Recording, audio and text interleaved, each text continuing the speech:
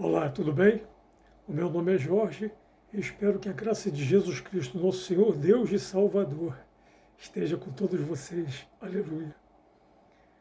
Hoje vamos estudar o que Jesus quer nos dizer em Mateus 5:26, sobre pagar.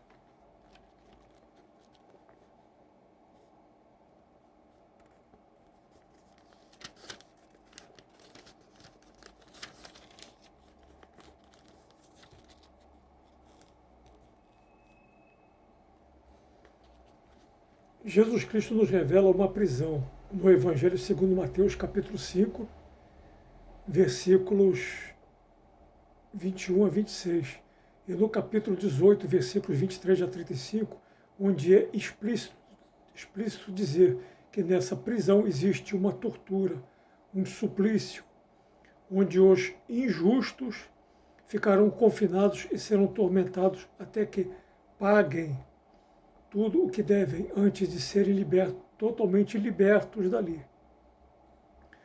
O mais estranho nisso tudo, meus amigos, é que nada parecido com isso é ensinado nas igrejas de hoje. Para ser mais explícito, as igrejas de hoje ensinam muito que devemos sempre pagar o dízimo, as ofertas, as indulgências, casamentos, batismos, pagar isto ou aquilo. Mas não é nesse sentido que o Senhor Jesus se refere em pagar. Esse pagar revelado por Jesus está intimamente relacionado a um lugar de tormentos espirituais e que, depois de pagar tudo o que devemos, seremos finalmente libertos dali.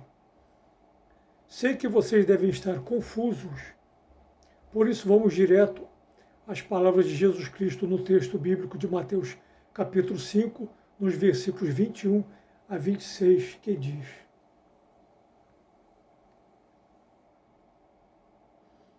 Ouviste o que foi dito aos antigos: não matarás. Aquele que matar terá que responder em juízo. Eu, porém, vos digo: todo aquele que se encolerizar contra seu irmão terá de responder em juízo. Aquele que chamar ao seu irmão cretino estará sujeito ao julgamento do sinédrio. Aquele que lhe chamar louco terá de responder ao julgamento da hiena de fogo. Portanto, se estiverdes para trazer a tua oferta ao altar, e ali te lembrares de que teu irmão tem alguma coisa contra ti, deixa a tua oferta ali diante do altar, e vai primeiro reconciliar-te com o teu irmão, e depois virás apresentar a tua oferta. Assume logo uma atitude conciliadora com o teu adversário, enquanto estás em caminho com ele, para não acontecer que o adversário te entregue ao juiz e o juiz ao oficial de justiça, e assim serás lançado na prisão. Em verdade te digo, dali não sairás enquanto não pagares o último centavo. Palavras do Senhor, graças a Deus. Palavra da salvação, glória a vós, Senhor. Perdão. Peço ao amigo que me acompanhe com sua Bíblia Sagrada nas mãos e que guarde muito bem as últimas palavras desse texto. Em verdade te digo, dali não sairás enquanto não pagares o último centavo. E eu pergunto, sair de onde e pagar o quê? Essas perguntas serão respondidas logo a seguir.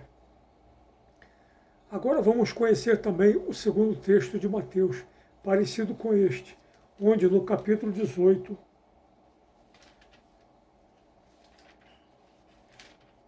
versículos 23 a 35,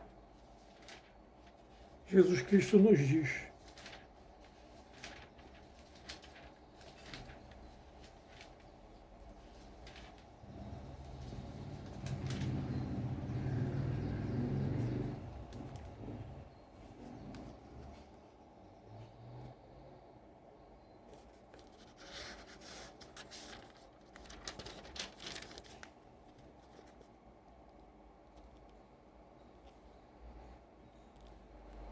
Jesus Cristo nos diz.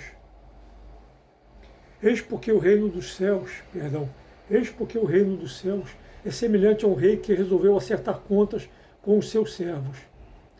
Ao começar o acerto, trouxeram-lhe um que lhe devia 10.000 talentos. Não tendo este com que pagar, o Senhor ordenou que o vendessem, juntamente com a mulher e os filhos, e todos os seus bens, para o pagamento da dívida.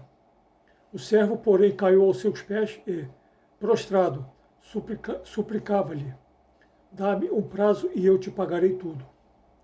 Diante disto, o Senhor, compadecendo-se do servo, soltou-o e perdoou-lhe a dívida. Mas quando saiu dali, este servo encontrou um dos seus companheiros de servidão, que lhe devia 100 denários, e, agarrando-o pelo pescoço, pôs-se a sufocá-lo e a insistir: paga-me o que me deves. O companheiro, caindo aos seus pés, rogava-lhe: dá-me um prazo e eu te pagarei. Mas ele não quis ouvi-lo. Antes, retirou-se e mandou lançá-lo na prisão até que pagasse tudo o que devia. Vendo os seus companheiros de servidão o que acontecera, ficaram muito penalizados e, procurando o Senhor, contaram-lhe todo o acontecido. Então o Senhor mandou chamar aquele servo e lhe disse: servo mau, eu te perdoei toda a tua dívida, porque me rogaste. Não devias também tu ter compaixão do teu companheiro, como eu tive compaixão de ti? Assim, encolerizado, o seu senhor o entregou aos verdugos, até que pagasse toda a sua dívida. Eis como meu Pai Celeste agirá convosco, se cada um de vós não perdoar de coração ao seu irmão. Palavra da salvação, glória a vós, Senhor. Peço novamente ao amigo que guarde muito bem essas últimas palavras desse texto. Assim, encolerizado, o seu senhor o entregou aos verdugos, até que pagasse toda a sua dívida. E novamente a pergunta: que prisão é essa e que dívida é essa? O primeiro texto de Mateus 5, 21 a 26 não é uma parábola, mas é um ensinamento direto, pois não o compara com nenhum dos elementos tão conhecidos dos judeus daquela época. Também o texto não começa e nem termina comparando o reino dos céus, como acontece com todas as outras parábolas. Existe sim uma comparação, mas não com os elementos contemporâneos dos judeus, mas sim com o que foi dito aos antigos. Versículo 21 de Mateus 5. Se Jesus se refere a esse ensinamento, foi dito aos antigos, é porque já não era ensinado mais, e Jesus tem que lhes refrescar a memória, dizendo-lhes que toda espécie de assassinato deve ser respondido, deve ser pago em juízo.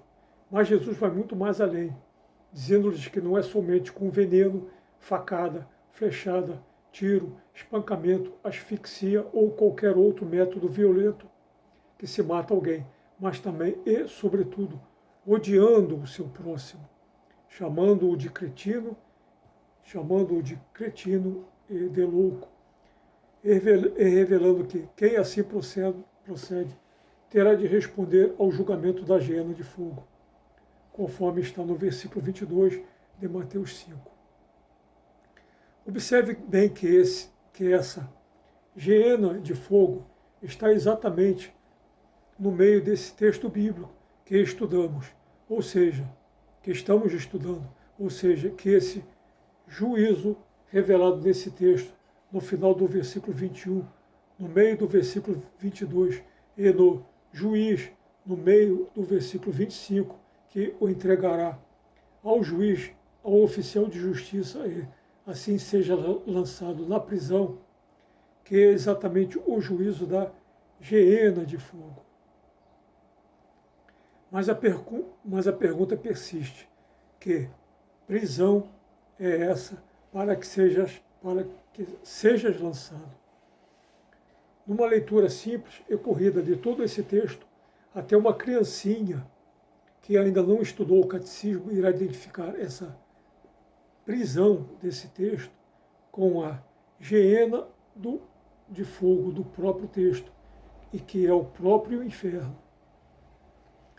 Mas muitos teólogos altamente especializados irão dizer que esse juízo ou essa prisão não pode ser a geena de fogo, o inferno, e nem levar até ele, pois o texto termina dizendo que, em verdade te digo, dali não sairás, enquanto não pagares o último centavo. Versículo 26, argumentando que a geena de fogo é o próprio inferno, e que quem vai para o inferno jamais poderá sair de lá. E que, se assim fosse, Jesus Cristo estaria dizendo uma tremenda heresia. Mas a heresia muito maior, é não interpretar o texto como ele deve ser interpretado.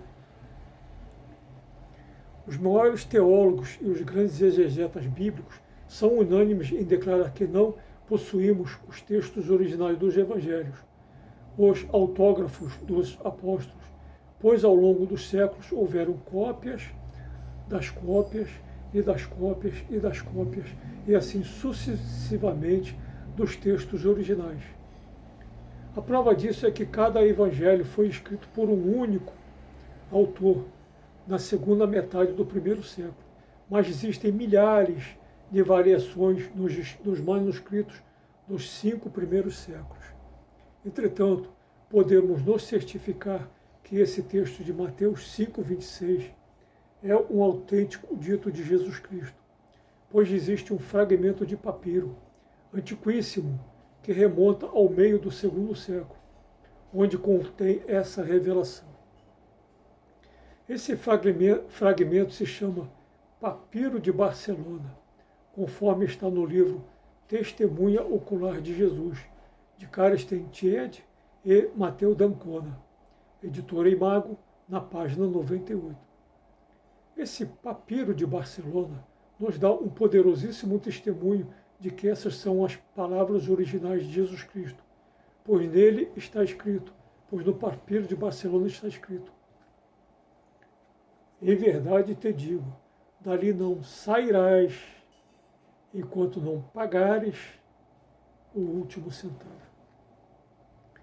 Mas muitos irão dizer que é muito bem feito todo aquele que deve alguma coisa e não paga, ficar na cadeia até que pague, na prisão até que pague tudo o que deve, nem que fique preso durante muitos anos. Mas veja que detalhe curioso. Na época de Jesus Cristo não existiam prisões por dívidas no meio judaico. Isso é o que nos revela Gesa Vermes, um respeitável teólogo e historiador, na página 118 e 397 do seu livro O Autêntico Evangelho de Jesus, da editora Record, onde diz que, abre aspas, a prisão por dívida não fazia parte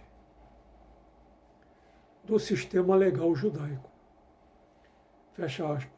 Se a prisão por dívida não fazia parte da cultura, do sistema legal ou do meio judaico daquela época, será que Jesus Cristo, nosso Senhor, Deus e Salvador, inventaria tal prisão?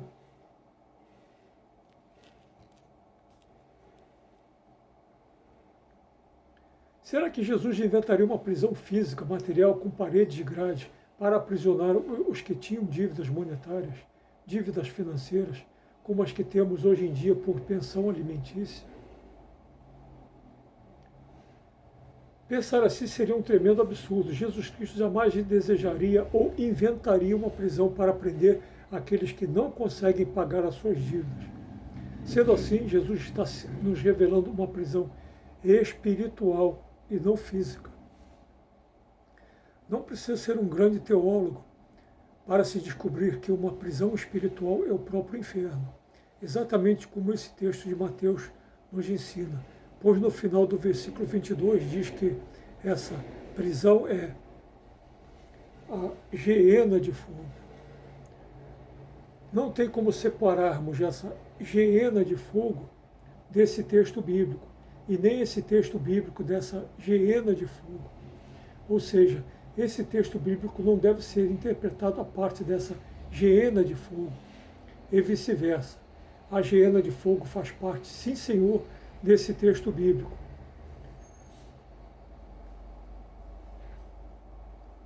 por mais que tentem distorcer a sua interpretação, a sua exegese. Mas certa vez ouvi no Seminário Teológico de São José, em Niterói, onde estudei de 2004 a 2007, um professor afirmar que esse texto está se referindo ao purgatório, pois ninguém poderá sair do inferno, conforme Jesus está nos revelando, mas do purgatório sim. Entretanto, nunca se ouviu dizer que purgatório é sinônimo de geena de fogo. A geena de fogo é o inferno, e o inferno é a geena de fogo, e não um suposto purgatório. Infelizmente, esse professor deu uma forçadinha de interpretação, uma exegese, para adaptar o texto bíblico à sua estreita compreensão, e a igreja tem feito isso há quase 2 milênios. É exatamente isso que Jesus Cristo está nos revelando, que quem for para a geena de fogo somente sairá depois de pagar tudo o que deve. Ou seja, nas próprias palavras de Jesus Cristo diz: em verdade te digo, dali não sairás, enquanto não pagares o último centavo. Veja como está escrito esse texto no Novo Testamento grego. Quem tiver à sua disposição um texto grego de Mateus 5, 26, peço que me acompanhe, conferindo o texto. Veja.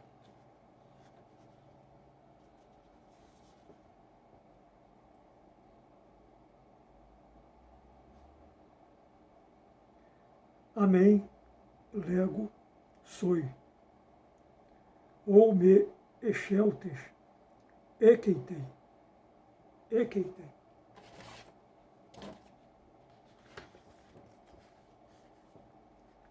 Eu os apodos, tom, escatom, quadrantem. Vou repetir de novo.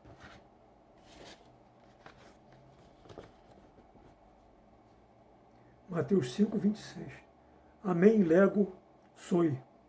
Ou me exceltes, equeitem.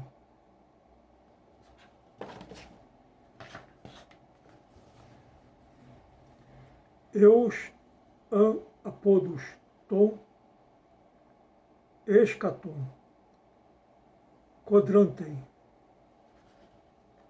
Vocês repararam que eu sublinhei a palavra exceltem desse texto grego e apodos.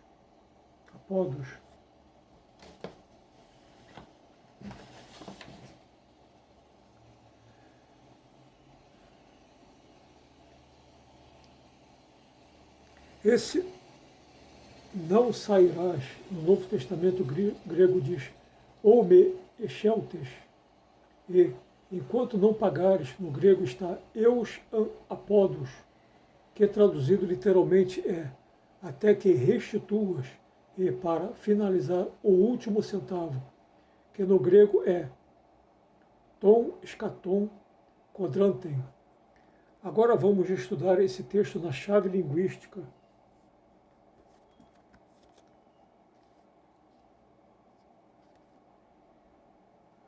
Agora vamos estudar esse texto na chave linguística do Novo Testamento grego, dos pastores Fritz e Cleon, edições Vida Nova, onde no meio da página 11 diz, abre aspas, exceltes, que é subjuntivo aoristo de exercomai, que significa vir para fora, sair, e apodos, que é substantivo aoristo de apodidome, que significa devolver, pagar de volta. Fecha aspas. Agora vamos ver no dicionário do Novo Testamento grego. DW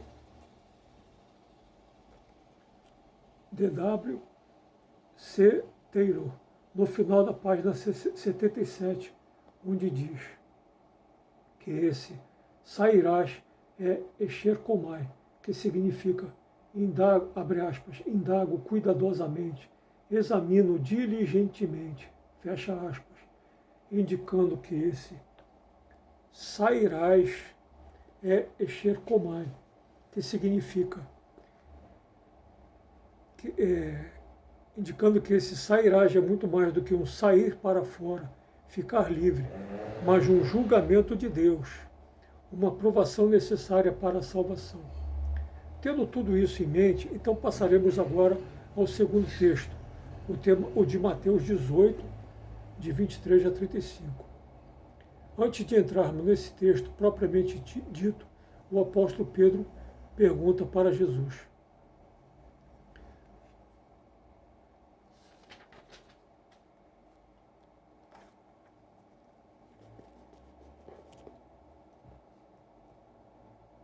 Senhor, quantas vezes devo perdoar ao meu irmão que pecar contra mim?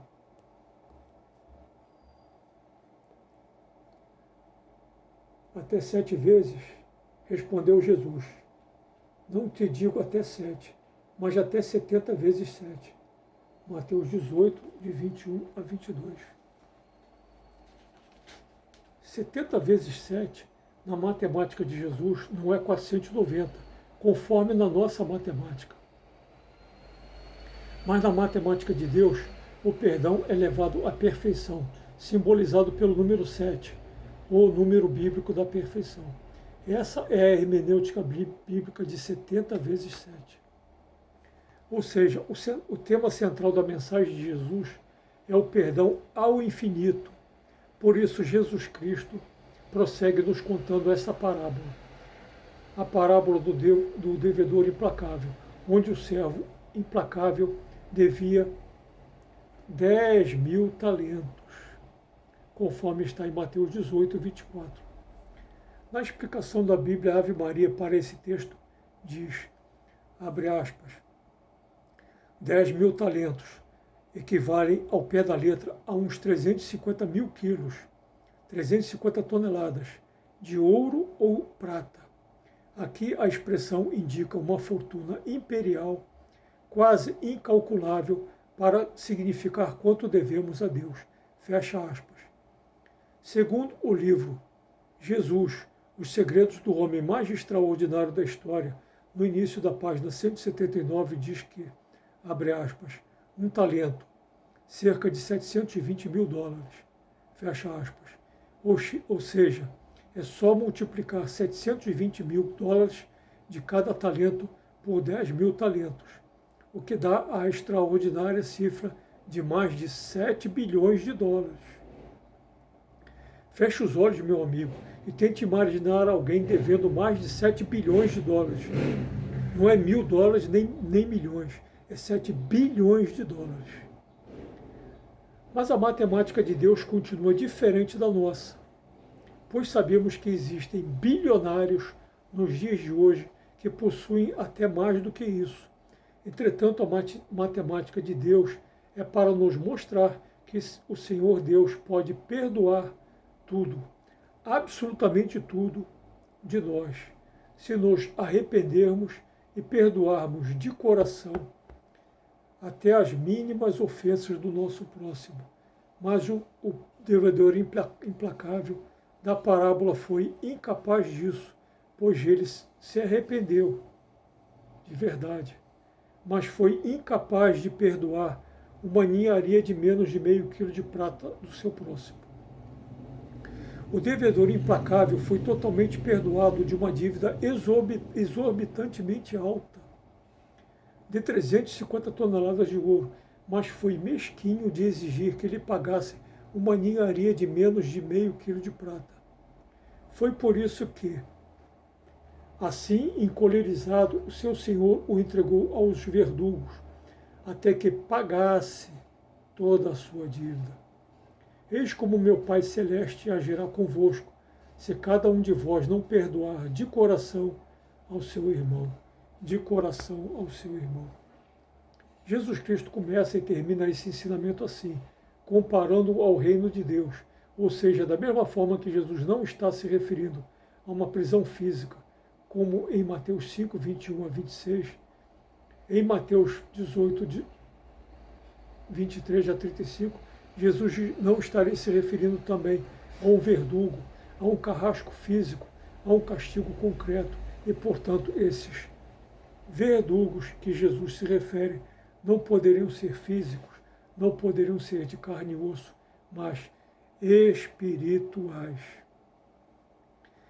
Esses verdugos que Jesus se refere somente poderiam ser os algozes do inferno, da geena de fogo, como está no primeiro texto, pois como este conclui dizendo: assim, encolerizado, o seu senhor o entregou aos verdugos, até que pagasse toda a sua dívida. Vocês notaram que o desfecho desse texto é exatamente igual ao desfecho do primeiro texto? Veja, enquanto o texto de Mateus 5, capítulo 5, versículos 21 a 26 termina dizendo: em verdade te digo, dali não sairás, enquanto não pagares o último centavo. No texto de Mateus, capítulo 18, versículos 23 a 35, nos diz: assim, encolerizado, o seu senhor o entregou aos verdugos, até que pagasse toda a sua dívida. Nesse último texto, Jesus está querendo nos dizer que, quanto pior um pecador seja, mais agradecido será quando for totalmente perdoado. Mas não é isso o que as igrejas nos ensinam. Sendo assim, então, essas igrejas deveriam corrigir a Bíblia Sagrada, pois nela Jesus Cristo nos diz, no Evangelho segundo Lucas capítulo 7, versículos 41 a 43, que um credor tinha 2 devedores. Um lhe devia 500 denários e o outro 50. Como não tivessem com que pagar, perdoou a ambos. Qual dos dois o amará mais? Simão respondeu: suponho que aquele ao qual mais perdoou. Jesus lhe disse: julgastes bem. Se quem devia 500 denários irá amar mais o seu senhor do que aquele que devia 50, quanto mais aquele que devia 10.000 talentos, em comparação com o que devia apenas 100 denários. 10.000 talentos é uma quantia extraordinariamente alta, impossível de ser imaginada por muitos. Uma pessoa poderia colocar esse dinheiro todo no banco e passar o resto de sua vida dando voltas pelo mundo, se hospedando nos hotéis mais caros, com toda a sua numerosa família, que não conseguiria acabar nem mesmo com os juros desse dinheiro. Mas em vez do servo ficar eternamente agradecido, demonstrou como era mesquinho o seu coração. Vocês estão conseguindo acompanhar o raciocínio? Orígenes de Alexandria, que nasceu em 185 e morreu em 254 DC, foi o maior estudioso das Sagradas Escrituras nos primeiros séculos, ao ponto do próprio São Jerônimo, o maior especialista bíblico do quinto século, declarar Orígenes, abre aspas, o maior mestre desde os apóstolos, fecha aspas, conforme podemos verificar nos livros História do Cristianismo, de Paul Johnson, editora Imago, na página 136. E, depois de Jesus, o triunfo do cristianismo, das seleções Réderes de Geste, na página 158. Inúmeros teólogos já elogiaram efusivamente a genialidade de Orígenes nos estudos bíblicos, como, por exemplo, no início da página 19 do livro São Jerônimo, Apologia contra os livros de Rufino, da coleção patrística da Paulus, onde diz que, abre aspas, 200 anos após o nascimento de Orígenes, durante os quais este era considerado a luz do Evangelho depois dos apóstolos, fecha aspas.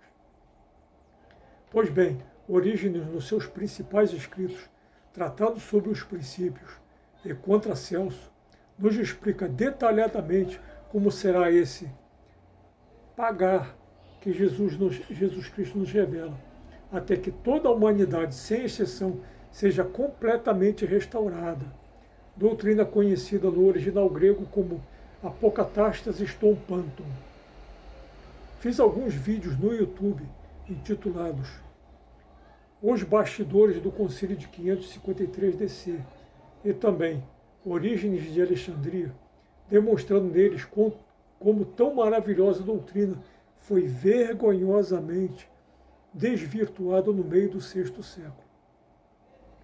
Grandes teólogos dos primeiros séculos se inspiraram, e muito, na exegese e hermenêutica de Orígenes, em relação à salvação de toda a humanidade, como os santos Hilário de Poitiers, Basílio Magno, Ambrósio de Milão, Agostinho de Hipona e o próprio São Jerônimo.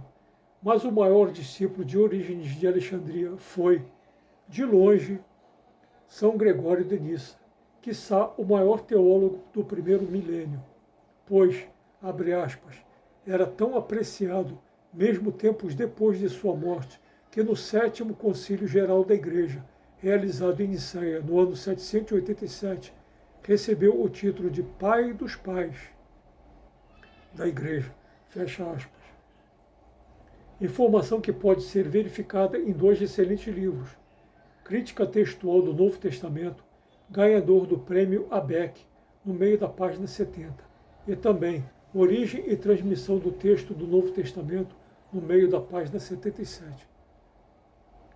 Pois bem, São Gregório de Nissa reflete sobre esses dois textos bíblicos que estamos estudando, e mais o texto de Lucas 7,41, e diz, abre aspas, o ensinamento evangélico sabe quem deve 10.000 talentos, quem deve 500 denários, quem deve 50 denários e quem deve um quadrante, que é a última das moedas, fecha aspas, no livro Gregório de Nissa, na coleção patrística, no meio da página 237. Ou seja, esse quadrante, que é a última das moedas, é exatamente o último centavo que Jesus nos revela. Em verdade te digo, dali não sairás enquanto não pagares o último centavo. Em Mateus 5,26. São Gregório de Nissa, assim faz uma única reflexão para esses dois textos bíblicos, de Mateus 5,26 e Mateus 18, de 23 a 35. Assim como Jesus Cristo não se refere a uma prisão física, material e nem a verdugos de carne e osso, também o Senhor não se refere a esse pagar como o debitar de uma dívida monetária, mas a uma consumação espiritual, pois São Jerônimo de Nissa, refletindo sobre Mateus 18:34, diz, abre aspas, isso pode significar somente aquilo que é devido se pagar, que se deve pagar com os tormentos, fecha aspas. No final da página 237 do livro Gregório de Nissa, da coleção patrística da editora Paulus. Por isso nunca é demais repetir que esse pagar e essa prisão jamais devem ser confundidas com o purgatório. Tenho vários vídeos no YouTube provando que o purgatório não existe, citando vários dicionários conceituadíssimos de teologia católica e citações do próprio Santo Agostinho, o bispo de Hipona. São Gregório de Nissa me socorre ao refletir o texto do rico e o Lázaro, em Lucas 16, 19 a 31, onde também tenho um vídeo no YouTube refletindo esse texto. Pois bem, São Gregório de Nissa, refletindo sobre o rico e o Lázaro, diz que, abre aspas, a alma de Lázaro, explicou-me, está toda presa aos bens presentes e não se volta para aquilo que ela abandonou. O rico, ao contrário, mesmo depois da morte, está apegado à vida da carne, como a um visgo. Mesmo cessando de viver, ele não se purificou inteiramente, fecha aspas, no final da página 226 do livro Gregório de Nissa. Observe que São Gregório de Nissa diz que, mesmo estando o rico no inferno, de acordo com a esmagadora maioria das versões e traduções bíblicas, ele não se purificou inteiramente, subentendendo-se que irá se purificar ainda. A prova disso é que o santo revela que a carne e o sangue ocupam ainda o seu pensamento, fecha aspas. Outra prova disso é que a Igreja Católica nunca usou esse texto do rico e o Lázaro para justificar a existência do purgatório. Todos os teólogos concordam que a segunda morte do livro do Apocalipse, capítulo 20, versículo 6, é o próprio inferno, a hiena de fogo, onde diz: feliz e santo aquele que participa da primeira ressurreição. Sobre este já, segunda morte, não tem poder. Eles serão sacerdotes de Deus e de Cristo, e com ele reinarão durante 1000 anos. Mas São Gregório de Nissa faz uma reflexão sobre esse mesmíssimo texto bíblico e revela que, se possuirmos uma vida virtuosa, abre aspas, só assim, depois da morte, não teremos necessidade de uma segunda morte que nos purifique dos restos do laço carnal, fecha aspas, no início da página 227 do livro Gregório de Nissa. Mas muitos dirão que São Gregório de Nissa enlouqueceu de tanto estudar a Bíblia Sagrada.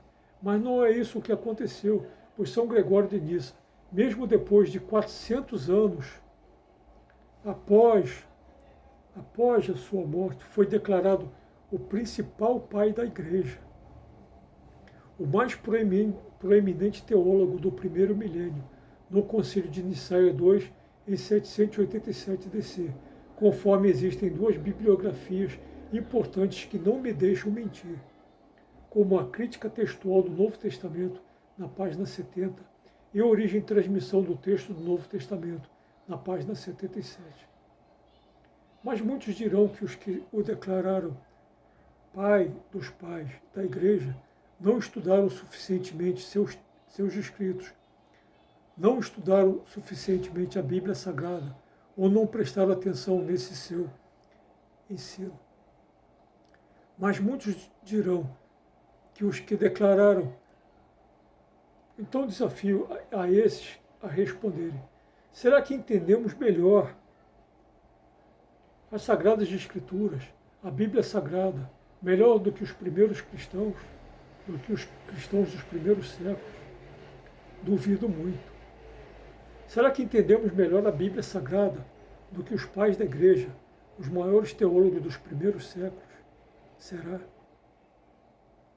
Para você que é católico, desafio que faça uma experiência. São Gregório de Nissa, apesar de ter recebido tão honroso título 4 séculos depois da sua morte, por que nunca é citado na Igreja? Preste muita atenção.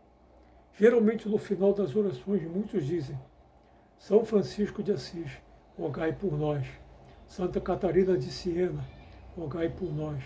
São João da Cruz, rogai por nós. Santo Ambrósio de Milão, rogai por nós. Santa Teresa de Ávila, rogai por nós. São Francisco de Xavier, rogai por nós.